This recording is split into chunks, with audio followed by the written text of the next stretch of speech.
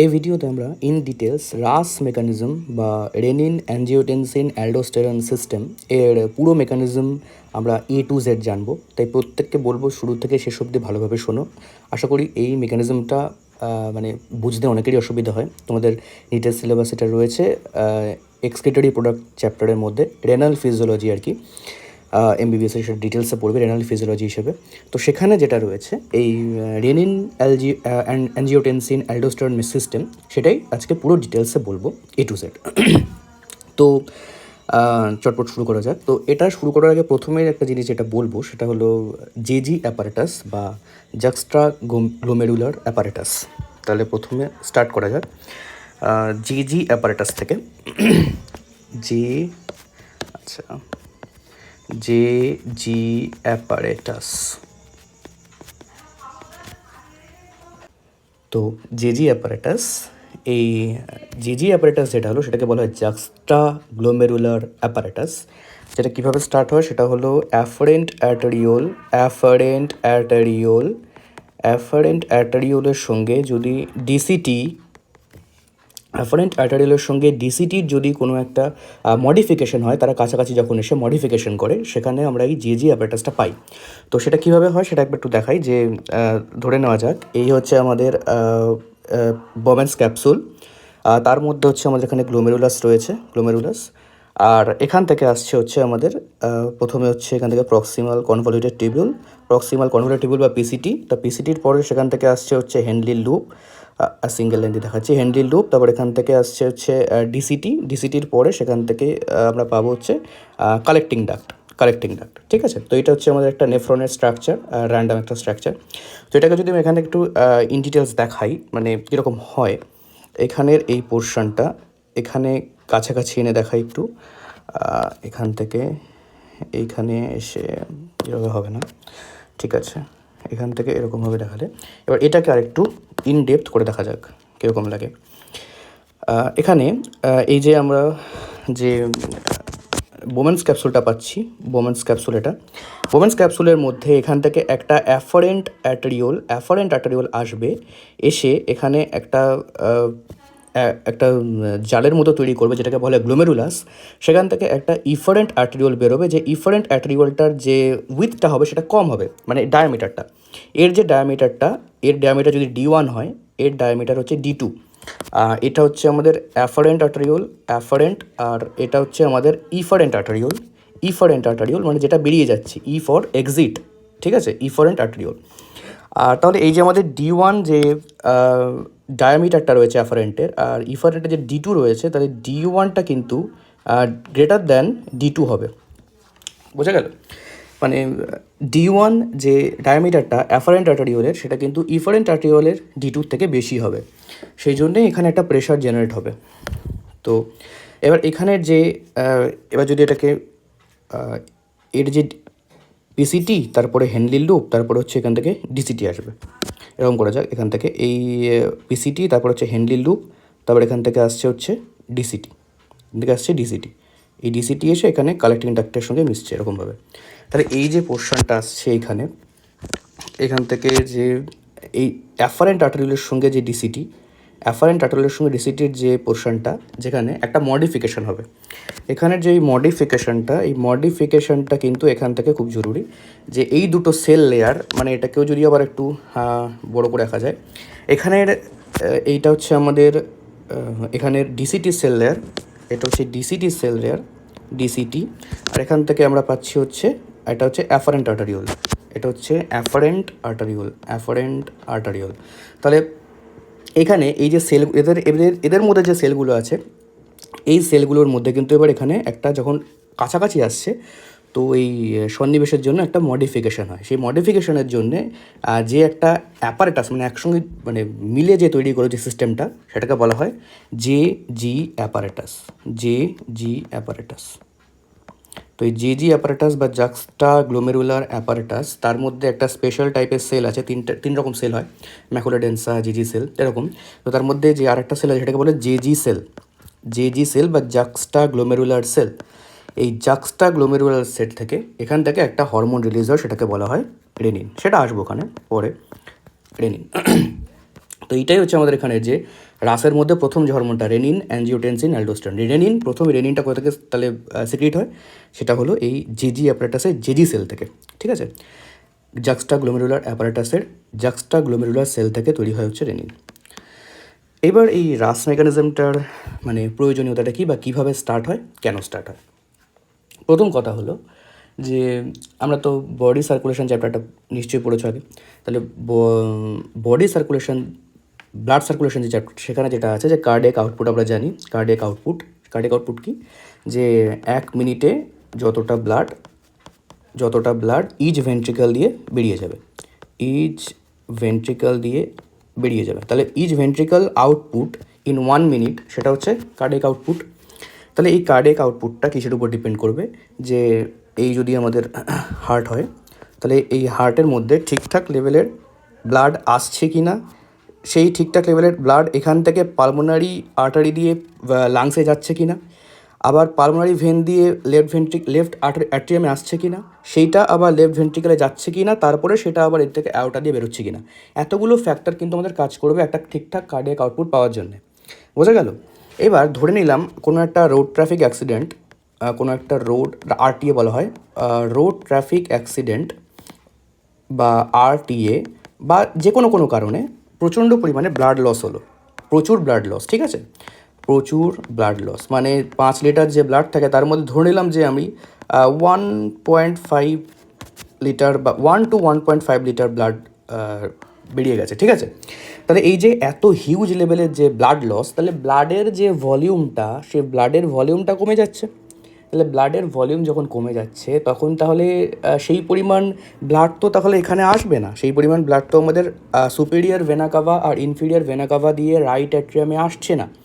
তাহলে রাইট অ্যাট্রিয়ামে যদি না আসে ব্লাড, তাহলে সেই ব্লাডটা পালমোনারি আর্টারি দিয়ে লাংসে যাবে না, সেই ব্লাডটা পালমোনারি ভেন দিয়ে লেফট অ্যাট্রিয়ামে আসবে না, লেফট অ্যাট্রিয়াম থেকে লেফট ভেন্ট্রিকলে যাবে না, আর লেফট ভেন্ট্রিকল থেকে অ্যাওটা দিয়ে বাইরে বেরোবে না, সোজা ব্যাপার। না আসলে কীভাবে বেরোবে, আসছেই না যখন, তাহলে সেখান থেকে যাবে কীভাবে, ঠিক আছে। তাহলে এখানে যে পরিমাণ ব্লাড লস হয়ে গেল, এই ব্লাড লসটা কিন্তু আর এখান থেকে মেকআপ দেওয়া যাচ্ছে না। তাহলে শরীর তার নিজের যে সিস্টেমটা, সেটাকে মেনটেনেন্স করার জন্য, এটাকে বলা হয় হোমিওস্ট্যাসিস। তো এটাকে মেনটেন করার জন্য সে কী করবে, নিজের একটা সিস্টেম তৈরি করবে, বোঝা গেল। সেই সিস্টেমটাই হচ্ছে এখানে রাস,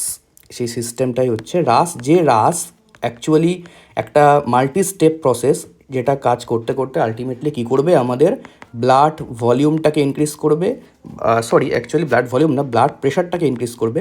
ব্লাড প্রেশার মানে কম ভলিউমের মধ্যেও যদি বেশি প্রেশার দিয়ে মানে আর superior vena cava inferior vena cava দিয়ে নিয়ে যাওয়া যায়, মানে কম ব্লাড ভলিউম কিন্তু বেশি প্রেশার দিয়ে আমি নিয়ে যাচ্ছি অ্যাট্রিয়ামের মধ্যে, তাহলে বিপি ইনক্রিজ করবে। আর অ্যাকচুয়ালি বিপি ইনক্রিজ করলে বেশি পরিমাণে আমাদের যে ব্লাড রিটার্নটা বেশি হবে, ওটাকে বলে ভেনাস রিটার্ন, তাহলে ব্লাড রিটার্নটা বেশি হবে। আর ব্লাড রিটার্ন বেশি হলে তাহলে বেরোবেও ভালো, বেশি যদি আসে তাহলে বেশি বেরোতে পারবে, মানে বেশি ইনকাম হলে বেশি তো খরচা করতে পারবে, তাই না। যদি ইনকামটাই কম হয়ে যায় তাহলে তো খরচা করা মুশকিল হয়ে যাবে।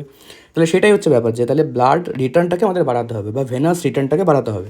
তাহলে ব্লাড রিটার্ন ইনক্রিজ করলো, তাহলে আলটিমেটলি কার্ডিয়াক আউটপুট ইনক্রিজ করবে, ঠিক আছে। এটা রাস মেকানিজমের অ্যাক্টিভেশন এবং তার মূল ফান্ডা, ঠিক আছে। এবার রাসের খবরটা যেটা বললাম প্রথমে, যেটা রাস আর ফর রেনিন, তাহলে রেনিন কোথা থেকে হচ্ছে, কিডনির জেজি সেল, কিডনি থেকে কি আসছে, কিডনির মধ্যে নেফ্রন আছে, নেফ্রনের মধ্যে জেজি অ্যাপারেটাসের মধ্যে জেজি সেল, এই জেজি সেল থেকে আসছে হচ্ছে রেনিন, এবার এটা হলো একটা অর্গ্যান ফাংশন কিডনি। তাহলে কিডনি তার কাজ করে দিল। কিডনি কী করলো, তা কিডনির নেফ্রনের মধ্যে যে জেজি অ্যাপারেটাস আছে, সেই জেজি অ্যাপারেটাসের জেজি সেল থেকে রেনিন রিলিজ করে দিল। এইবার লিভার একটা কম্পাউন্ড তৈরি করে, সেটাকে বলা হয় একটা অর্গানিক কম্পাউন্ড, সেটাকে বলা হয় অ্যাঞ্জিওটেনসিনোজেন। তো এই অ্যাঞ্জিওটেনসিনোজেন যেটা লিভারে আছে, তাহলে এই রেনিনটা ব্লাডের সার্কুলেশনের মাধ্যমে কোথায় যাবে, লিভারে যাবে। তাহলে লিভারে গিয়ে, আচ্ছা এটা যদি ভালো করে কোনো আঁকি, যে কিডনি আমার ছোটো পরে হচ্ছে, এখান থেকে দেখে নাও অ্যাঞ্জিওটেনসিনোজেন, তাহলে এই রেনিনটা ব্লাড সার্কুলেশনের মাধ্যমে লিভারে গেল, লিভারে গিয়ে এই অ্যাঞ্জিওটেনসিনোজেনকে কিসে কনভার্ট করলো? Angiotensin one. অ্যানজিওটেনসিন ওয়ান, মনে রাখতে হবে অ্যানজিওটেনসিন ওয়ান কিন্তু একটা প্রিকারসার সাবস্টেন্স যেটার নিজস্ব কোনো খুব একটা কাজ নেই, যে একটা ইনঅ্যাক্টিভ ফর্ম, তাকে অ্যাক্টিভ করতে হবে। তাহলে অ্যাক্টিভ করার জন্য এবার তাকে কোথায় নিয়ে যেতে হবে? অ্যাক্টিভ করার জন্য এবার আসতে হবে হচ্ছে লাংসে। অ্যাক্টিভ করার জন্যে লাংসে আসতে হবে। এবার লাংসের যে এন্ডোথেলিয়াম, সেখান থেকে একটা এনজাইম তৈরি হয়, সেটাকে বলা হয় angiotensin. Angiotensin converting angiotensin converting enzyme বা এসিই। অ্যানজিওটেনসিন কনভার্টিং এনজাইম বা এসিই। এই এসিই কী করবে? অ্যানজিওটেনসিন ওয়ানকে অ্যানজিওটেনসিন টুতে কনভার্ট করবে। অ্যানজিওটেনসিন টুতে কনভার্ট করবে। আর এই অ্যানজিওটেনসিন টু হচ্ছে আমাদের এখানের মূল একটা কম্পাউন্ড, যে আসল কাজটা স্টার্ট করবে। তাহলে এই অ্যানজিওটেনসিন টু অবধি আনার জন্যে এতগুলো অর্গান কাজ করতে হলো। কোন কোন অর্গানকে? প্রথমত কিডনিকে, তারপরে লিভারকে, তারপরে লাংসকে। তাহলে কিডনি জেজি সেল থেকে রেনিন রিলিজ করলো, সেই রেনিন ব্লাড সার্কুলেশনের মাধ্যমে লিভারে গিয়ে কী করলো? লিভারের যে অ্যানজিওটেনসিনোজেন সেটাকে অ্যানজিওটেনসিন ওয়ানে কনভার্ট করলো। এই অ্যানজিওটেনসিন ওয়ান আবার লাংসে গেল ব্লাড সার্কুলেশনের মাধ্যমে, গিয়ে লাংস থেকে যে অ্যানজিওটেনসিন কনভার্টিং এনজাইম এসিই তৈরি হচ্ছে, সেটাকে অ্যানজিওটেনসিন ওয়ান থেকে অ্যানজিওটেনসিন টুতে কনভার্ট করলো। এইবার যে অ্যানজিওটেনসিন টু এর মাল্টি ফাংশন আছে, অ্যানজিওটেনসিন টু এর অনেকগুলো ফাংশন আছে, তার মধ্যে মূলত চারটে আমরা এখানে দেখব। প্রথম যে ফাংশনটা that is potent vasoconstriction. Angiotensin two is a potent vasoconstrictor. Vasoconstrictor means হলো কনস্ট্রিক্ট মানে হলো মানে চেপে দেওয়া, কনস্ট্রিক্ট করা, মানে ঠিক আছে, তা ন্যারো করে দেওয়া। মানে এই যদি একটা ব্লাড ভেসেলের ডায়ামিটার থাকে এতটা, সেটাকে ও অ্যানজিওটেনসিন টু কী করবে? চেপে দিয়ে এরকম ছোট্ট ডায়ামিটার নিয়ে চলে আসবে। তাহলে ডায়ামিটারটা যত কম হবে, মানে যত চেপে দেওয়া হবে, তাহলে ভেতরের কী হলো? প্রেশারটাকে বাড়িয়ে দিল। যে ব্লাডটা ফ্লো করছিল মানে বেশি জায়গা জুড়ে, সেটাকে চেপে দিলে খুব তাড়াতাড়ি ফ্লো করবে। তাহলে আলটিমেটলি কী হলো? ভ্যাসোকনস্ট্রিক্ট মানে হলে কনস্ট্রিক্ট করার পরে বিপি ইনক্রিজ করবে, ব্লাড প্রেশার ইনক্রিজ করবে। ভ্যাসোকনস্ট্রিকশন করলে কী হবে? ব্লাড প্রেশার ইনক্রিজ করবে, এটা মাথায় রাখতে হবে। ভ্যাসো ডাইলেশন একটা হয়, মানে সেটা ব্লাড ভেসেলটাকে বড় করে দেওয়া, ডায়ামিটারটাকে, সেখানে ব্লাড প্রেশার ডিক্রিজ করে, আর এখানে ব্লাড প্রেশার ইনক্রিজ করবে। অ্যানজিওটেনসিন টু এর একটা কাজ হলো এটা। অ্যানজিওটেনসিন আরও দুটো হরমোনকে সিক্রিট করতে সাহায্য করে, স্টিমুলেট করে। কি কি? অ্যানজিওটেনসিন টু এবার যাবে হচ্ছে সুপ্রারেনাল গ্ল্যান্ড বা অ্যাড্রিনাল গ্ল্যান্ডের মধ্যে কী কী পার্ট আছে? একটা হচ্ছে কর্টেক্স, একটা হচ্ছে মেডালা। তাহলে অ্যাড্রিনাল গ্ল্যান্ডের কর্টেক্স আছে, আর অ্যাড্রিনাল গ্ল্যান্ডের মেডালা আছে। ও কোনটার উপরে কাজ করবে? অ্যানজিওটেনসিন টু শুধুমাত্র কর্টেক্সের উপরে কাজ করবে। কর্টেক্সের উপর কাজ করে কর্টেক্স থেকে ও রিলিজ করবে হচ্ছে অ্যালডোস্টেরন।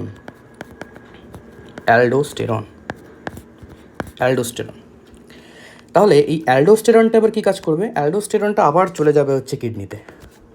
অ্যালডোস্টেরনটা আবার ব্লাড সার্কুলেশনের মাধ্যমে চলে যাবে হচ্ছে কিডনিতে, কিডনির নেফ্রনের ডিসিটিতে এবং কালেক্টিং ডাক্টে চলে যাবে। কিডনির ডিসিটি প্লাস কালেক্টিং ডাক্ট। তাহলে ডিসিটি আর কালেক্টিং ডাক্ট মানে ডিস্টাল কনভলিউটেড টিউবিউল আর কালেক্টিং ডাক্ট, সেখান থেকেও কী করবে? সেখান থেকে সোডিয়াম প্লাস মানে সোডিয়াম আয়ন অ্যান্ড ওয়াটারের রিঅ্যাবজর্পশন করবে। Water and sodium ion reabsorption মানে যে সোডিয়াম আয়ন আর জলগুলো ইউরিনের মাধ্যমে বেরিয়ে যাচ্ছিল, সেটাকে ও রিস্টোর করে নেবে। মানে ইউরিনেশন যাতে খুব বেশি না হয়, মানে গাঢ় টাইপের ইউরিন হয়, মানে যেন পাতলা বেশি না হয়, বেশি জল যাতে বেরিয়ে না যায়, ঠিক আছে? সেই ওয়াটারটাকে রিঅ্যাবজর্ব করবে, সোডিয়ামটাকে রিঅ্যাবজর্ব করবে। এটা হলো ডিসিটি এর কালেক্টিং ডাক্টের থেকে রিঅ্যাবজর্পশন করার জন্য অ্যালডোস্টেরনের যে কাজটা, তাই সেটাও কে করলো? অ্যানজিওটেনসিন টু কিন্তু অ্যাড্রিনাল গ্ল্যান্ডের কর্টেক্সে এসে এই কাজটা করলো। সেকেন্ড, ও কোন গ্ল্যান্ডের উপর কাজ করবে? পোস্টেরিয়র পিটুইটারিতে কী কী হরমোন রিলিজ হয় মনে আছে? একটা হলো অক্সিটোসিন, একটা হলো ভ্যাসোপ্রেসিন। তাহলে ভ্যাসোপ্রেসিন মানে কি? এডিএইচ, তাহলে এডিএইচ, এডিএইচ মানে হলো anti diuretic hormone, anti diuretic hormone. Diuresis মানে হলো অতিরিক্ত মানে মূত্রের মাধ্যমে জল বেরিয়ে যাওয়া বা পাতলা ইউরিনেশন হওয়া, বোঝা গেল? প্রচুর ইউরিনেশন বা পাতলা ইউরিনেশন এটাকেই অ্যাকচুয়ালি ডাইউরেসিস বলা হয়। তো যাতে সেইটা না হয় সেটাকেই মানে অ্যান্টি ডাইউরেসিস বলা হয়। ওই জন্যে মানে যাতে ডাইউরেসিসটা না হয় সেটা যে বন্ধ করবে সেই জন্য তাকে বলা হবে অ্যান্টি ডাইইউরেটিক। তাহলে এডিএইচ মানে হলো anti diuretic hormone, anti diuretic hormone. তাহলে এ কী করবে?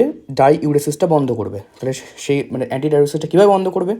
ও আবার চলে যাবে কিডনিতে, কিডনির ডিসিটিতে, কিডনির ডিসিটি থেকে কী করবে?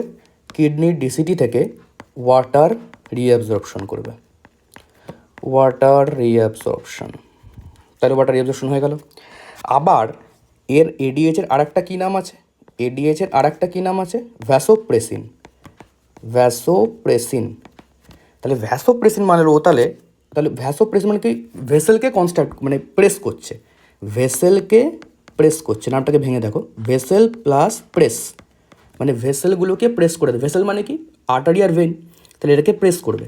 তাহলে এবার যদি আমি সেই আবার জেজি সেলের কথা ভাবি, জেজি সেল, তাহলে সেই জেজি সেলের কাছে গিয়ে ওখানে ও যদি অ্যাফারেন্ট আর্টেরিওলগুলোকে আবার প্রেস করে দেয় তাহলে ব্লাডের যে প্রেশারটা বেড়ে যাবে না ওখানে? বা এমনি নর্মাল যে কোনো পেরিফেরাল সার্কুলেশনের যত ব্লাড ভেসেল আছে সেগুলোকে যদি প্রেস করে দেয়, এই যে অ্যাঞ্জিওটেনসিন 2 যেটা করছিল, যে এই যেটা বললাম প্রোটেন্ট ভ্যাসোকনস্ট্রিকশন, তাহলে সেইটা যেটা করছিল বিপি ইনক্রিজ করছিল, তাহলে সেটা যদি আবার ভ্যাসোপ্রেসিন করে একই কাজ হবে। তাহলে ভ্যাসোপ্রেসিনও কিন্তু সেই কাজটা করবে। ভ্যাসোপ্রেসিনও ভেসেলকে প্রেস করে আবার বিপি ইনক্রিজ করবে, ঠিক আছে? আর অ্যাড্রিনাল কর্টেক্স যে কাজগুলো করছিল, এখান থেকে অ্যালডোস্টেরন সোডিয়াম ওয়াটার রিঅ্যাবজর্পশন করছিল, আর এডিএইচ কিন্তু শুধু ওয়াটার রিঅ্যাবজর্পশন করছিল। তো এখানে এটা সোডিয়াম ওয়াটার, এখানে কিন্তু ওয়াটার, ঠিক আছে? তাহলে এখানে এই দুটোর ক্ষেত্রেই এই দুটোতেই কী হবে? ওয়াটার যেহেতু রিঅ্যাবজর্পশন হয়ে যাচ্ছে মানে ওয়াটার বেড়ে যাচ্ছে ব্লাডের মধ্যে, তাহলে কিন্তু ব্লাড ভলিউম ইনক্রিজ করবে, ব্লাড ভলিউম ইনক্রিজ করবে, বোঝা গেল? ব্লাডে ওয়াটার বেড়ে যাচ্ছে তাহলে টোটাল যে ভলিউমটা, ওভারঅল ভলিউমটা বেড়ে যাচ্ছে, তো ভলিউমটা বেড়ে যাবে। আরেকটা কাজ হলো অ্যাঞ্জিওটেনসিন 2 এর, সেটা হলো পোটেন্ট ভ্যাসোকনস্ট্রিকশন হয়ে গেছে, সরি, এটা হচ্ছে থ্রাস্ট অ্যাক্টিভেটার,